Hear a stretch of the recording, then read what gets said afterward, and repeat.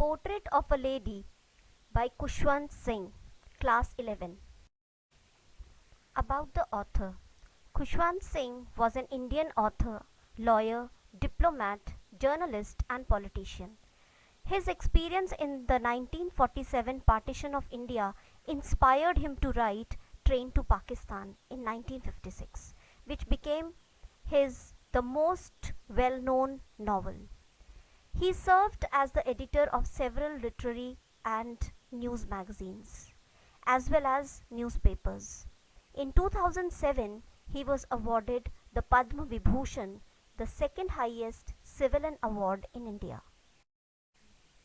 The Portrait of a Lady is an affectionate account of the warm relationship that existed between Khushwant Singh and his grandmother, spanning over 20 years. His earliest memories are of his stay in the village with his grandmother.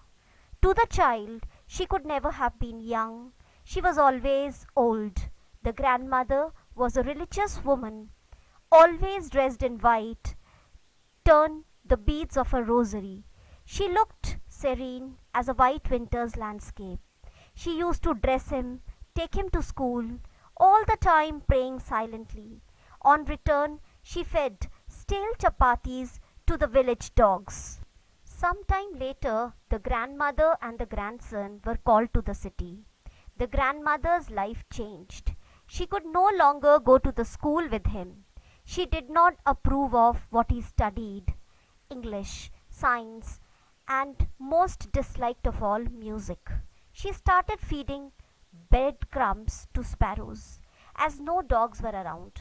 Khushwant was given a room of his own when he joined the university. This increased the old woman's loneliness, but she did not complain. She spent her time praying, spinning the wheels, or feeding the sparrows. Khushwant went abroad for further studies, half afraid that he might not see her again. Finally, she was there at the station to receive him, praying all the time. That evening, she sang of the homecoming of the warriors.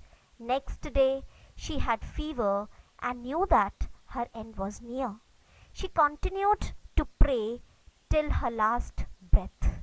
Thousands of sparrows came and silently bade farewell to their gentle, pious friend. Now let's look at the questions and answers. Mention the three phases of the author's relationship with his grandmother before he left the country to study abroad. Answer. The three phases of the author's relationship with his grandmother before he left the country to study abroad are given below. The first phase was the period of the author's early childhood. During this phase, he used to live with his grandmother in the village. The grandmother used to take care of him, from waking him up and getting him ready to accompany him to the school. Both shared a good friendship with each other. The second phase was the time when the author and the grandmother moved to the city to live with author's parents. This was a turning point in their friendship because now they saw less of each other. The third phase was the time the author joined university. He was given a room of his own and the common link of their friendship was snapped. The grandmother turned to wheel spinning and reciting prayers all day long. She accepted her seclusion with silence. Mention three reasons why the author's grandmother was disturbed when he started going to the city school. The author's grandmother was disturbed when he started going to the city school because she could not help him with his lessons in English, science. She didn't believe in them. No teaching of God and scriptures in the author's English medium school. She was unhappy with the idea of music lessons being given at school. She considered music suitable only for the people with low dignity. Mention three ways in which the author's grandmother spent her days after he grew up. The three ways in which the author's grandmother spent her days after he grew up are by spinning wheel, reciting prayers, and feeding the sparrows. Next question. Mention the odd ways in which the author's grandmother behaved just before she died. The grandmother told the family that her end was near.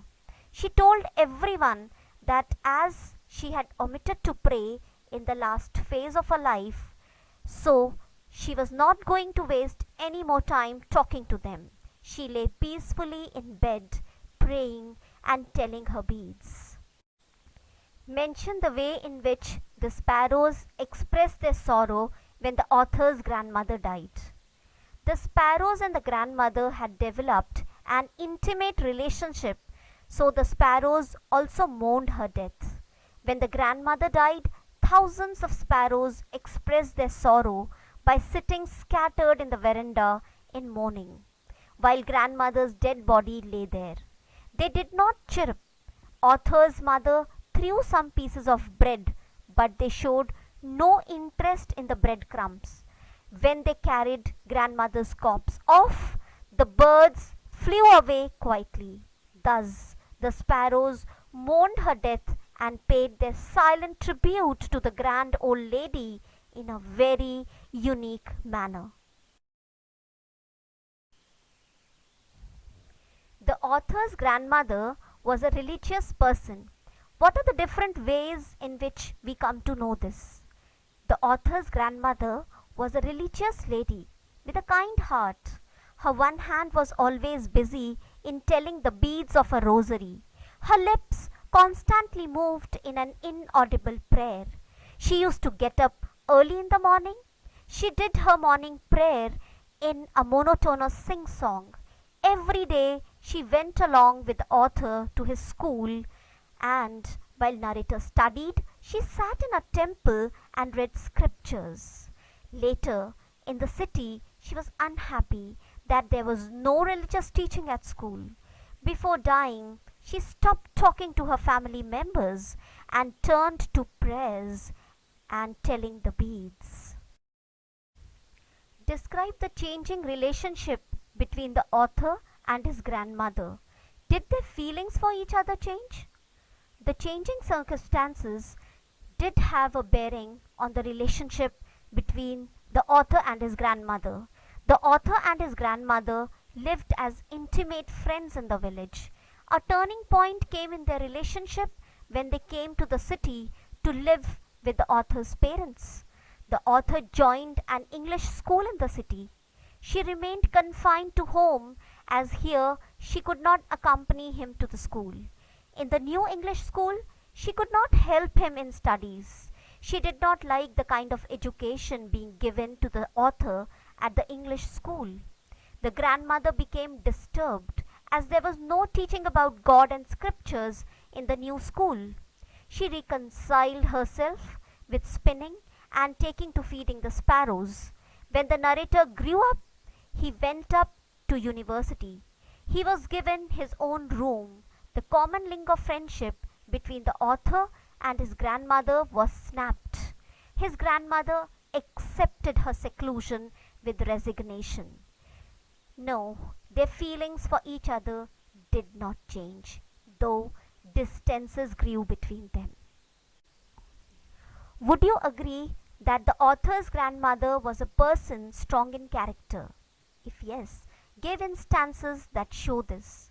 Yes, the author's grandmother was a person strong in character. The instances to prove this are given below. The author's grandmother was a person strong in character.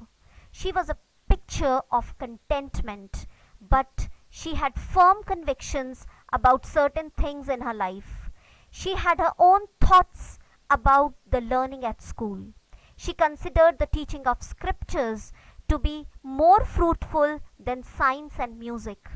In her phase of loneliness and seclusion, she took to wheel spinning and feeding sparrows. She appeared composed and did not display any emotion when the author decided to go abroad for studies. Ignoring everyone who tried to stop her, she sang for several hours, celebrating the homecoming of her grandson. During the last few hours of her life, ignoring the protests of her family members, she stopped talking to everyone and took to reciting prayers and telling her beads. Thank you.